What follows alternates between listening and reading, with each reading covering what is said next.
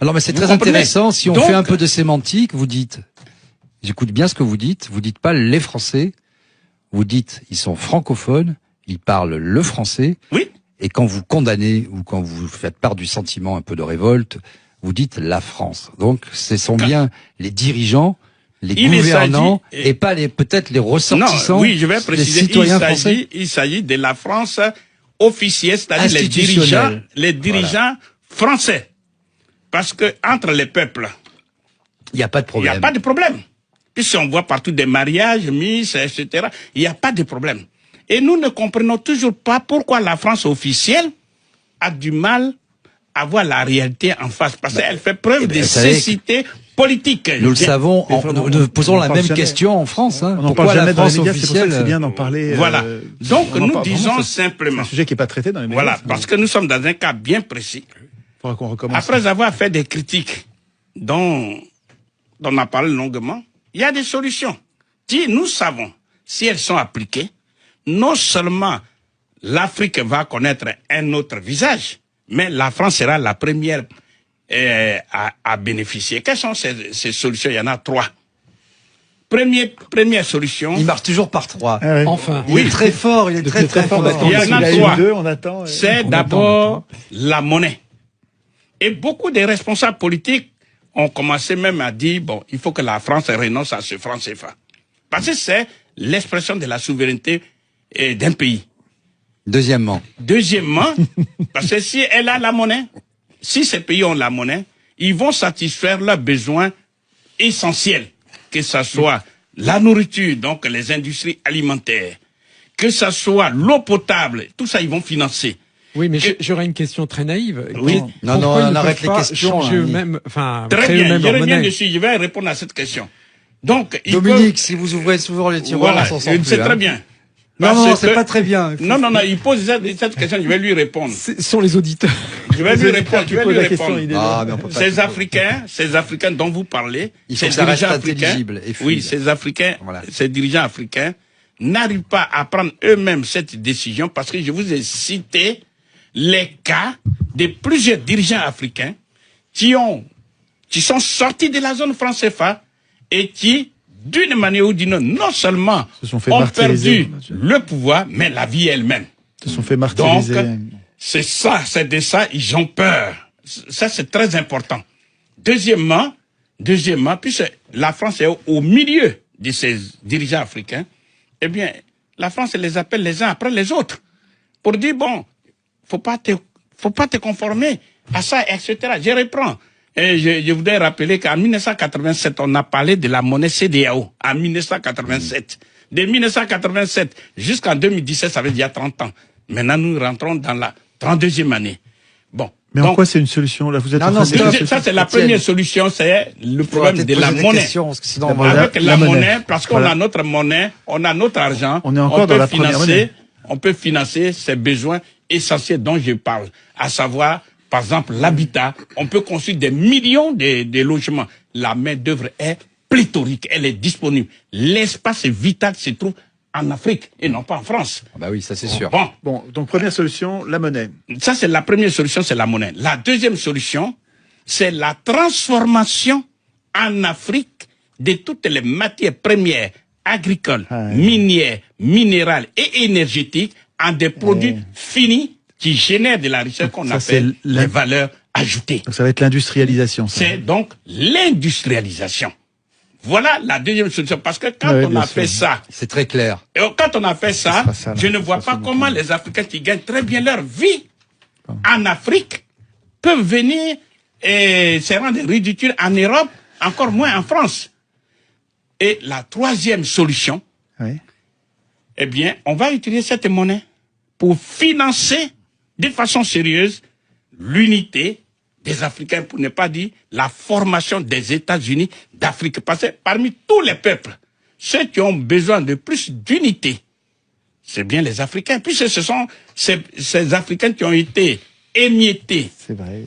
C'est pour eux qu'on a créé une poussière d'État en 1885. Il suffit de regarder une carte administrative de l'Afrique pour comprendre ce qui s'est joué. Voilà. Donc c'est pour dire que si les Africains ont leur propre monnaie, Tu vas dormir dans une maison qu'on appelle la Banque Centrale Africaine. Laquelle Banque Centrale Africaine va coiffer toutes les banques centrales nationales. Lesquelles banques centrales nationales vont coiffer toutes les banques commerciales. Les Africains peuvent faire une véritable politique de développement socio-économique endogène. Et qui va faire des consommateurs solvables. Et comme je disais, les premiers bénéficiaires, ce sont les Africains, mais le premier pays européen qui va en bénéficier, c'est la France. Pourquoi? Parce que la France ne peut pas vendre des voitures qui coûtent cher à des corps faméliques. Des gens qui meurent de faim, on ne peut pas leur vendre des produits à grosse valeur ajoutée, que ce soit les machines, que ce soit l'électroménager. Quand les Africains seront économiquement solvables, mais ça va être un vaste marché.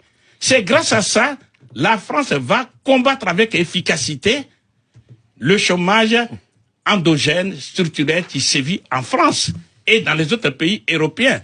Parce qu'il vaut mieux avoir affaire à des agents économiques solvables plutôt qu'avoir affaire à des gens qui sont faméliques. Ça va résoudre plusieurs problèmes. Non seulement sur le plan économique, mais je vais même plus loin, même si ça dérange. Entre l'Afrique et l'Europe, il y a 15 kilomètres.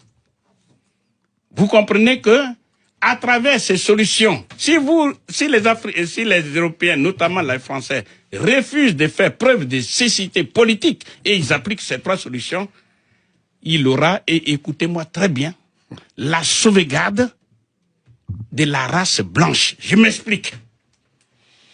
J'explique. Premier cas, nous savons sur le plan scientifique, le taux de fécondité masculin dans les pays européens. La démographie, c'est le sujet. Oui. Mais la première richesse d'un pays, c'est la démographie, c'est la population. On voit bien le cas de la Chine. Mais je vais expliquer ce problème. Premier cas, nous savons, dans les pays industrialisés, le taux de fécondité masculin a baissé de 60%. Ça, c'est un premier cas.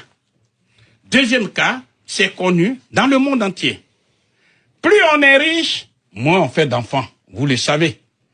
Donc, vous voyez bien que ça devient une culture. Le taux de fécondité des femmes, aujourd'hui, c'est 1,5 enfants par femme.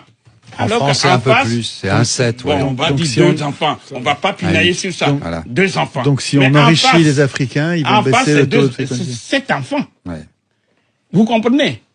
Troisièmement, il ne s'agit pas de faire ce qu'on appelle un jugement des valeurs, non. Mais c'est un fait. Aujourd'hui, on a légalisé l'homosexualité, aussi bien en France comme partout.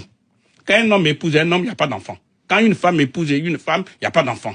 Ce sont des faits. Et alors? Et bon, donc vous comprenez que quand on a fait ça, et maintenant, il y a un appel, c'est le quatrième facteur, un appel de l'immigration volontaire par ces pays comme la France. Pourquoi? Parce que quand on met le feu en Côte d'Ivoire, on met le feu dans les autres pays africains. Mais l'instinct de la conservation de l'espèce humaine exige qu'on fuit. Mais c'est ce qui se passe dans le reste du monde. Mais oui. Donc, en organisant de façon scientifique la pauvreté et la violence dans ces pays africains, eh bien, la France et les autres pays africains, non, les autres pays européens. Font appel à l'immigration africaine. Oui, oui. Or, quand un Africain noir épouse une femme blanche, l'enfant qui sort est un métis. Vous n'en voulez pas. Question fondamentale, est-ce que vous voulez vraiment les États-Unis d'Europe à l'américaine? Ça vous n'en voulez pas. Ça serait quand même la solution. Non, mais je suis réaliste. Mais le problème, c'est que mais ça serait basé sur... Ce sont des questions très graves. Donc, on voit bien les États-Unis d'Amérique. Quand le Kenya, en la personne de Obama, a pris une fois, 2 fois les États-Unis d'Amérique, est-ce que c'est ce que les Européens veulent? La réponse objective, c'est non. Donc, il faut simplement regarder la réalité en face. J'ai trouvé plus bavard que moi. Si vous voulez la conservation de la race blanche dans les années à venir, parce qu'à moins d'un siècle, bon, je vais être gentil, à moins de 2 siècles, si ça continue, vous serez minoritaire ici. Moi, les races. Et c'est ça qui va se passer. Donc, nous qui avons. C'est un peu nazi comme idée. Et nous qui vivons ici en France, nous qui avons nos enfants, nous qui savons que quand une main humaine ne s'est pas introduite dans un coin de brousse, 100 ans plus tard, non seulement la brousse reste la brousse, mais elle devient une forêt vierge. Ça veut dire quoi objectivement? Ça veut dire l'Afrique a besoin de ses enfants. Oui. Donc, ce n'est pas d'une gaieté de cœur que nous sommes en France ou bien en Europe. On veut retourner en Afrique. Et c'est même conseillé, parce qu'il y a de l'espace vital. Tout ce qu'on demande à la France, on ne lui demande pas un seul centime. On lui dit simplement de voir la réalité en face. Laissez les Africains libres. Laissez-les choisir leurs dirigeants. Et on va commercer. On va vivre ensemble. Ce que les dirigeants officiels français ne comprennent pas. C'est ça. Sinon, c'est pas parce qu'on a une maladie des Français. Non. Les peuples français et africains s'entendent parfaitement. Ce sont les dirigeants français qui mettent le feu. Et c'est pour cela que, enfin, disons c'est à ceux-là qu'il faut parler, vous qui êtes les médias, leur faire comprendre que laissez le sentimentalisme vulgaire. Regardez les intérêts de la France.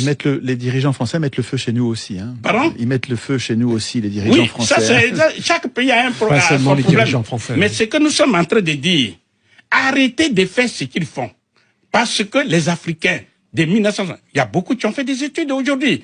Il y en a qui sont des professeurs, qui sont des médecins, etc. Toutes ces forces africaines ont besoin de rentrer en Afrique. Ce n'est pas en mettant le feu. Donc, il y a ce qu'on appelle un retour de bâton. Et j'aimerais que la France officielle comprenne ses intérêts objectifs. Bon, voilà. Écoutez, je vous propose, je vais présenter les ouvrages, Étienne. Oui.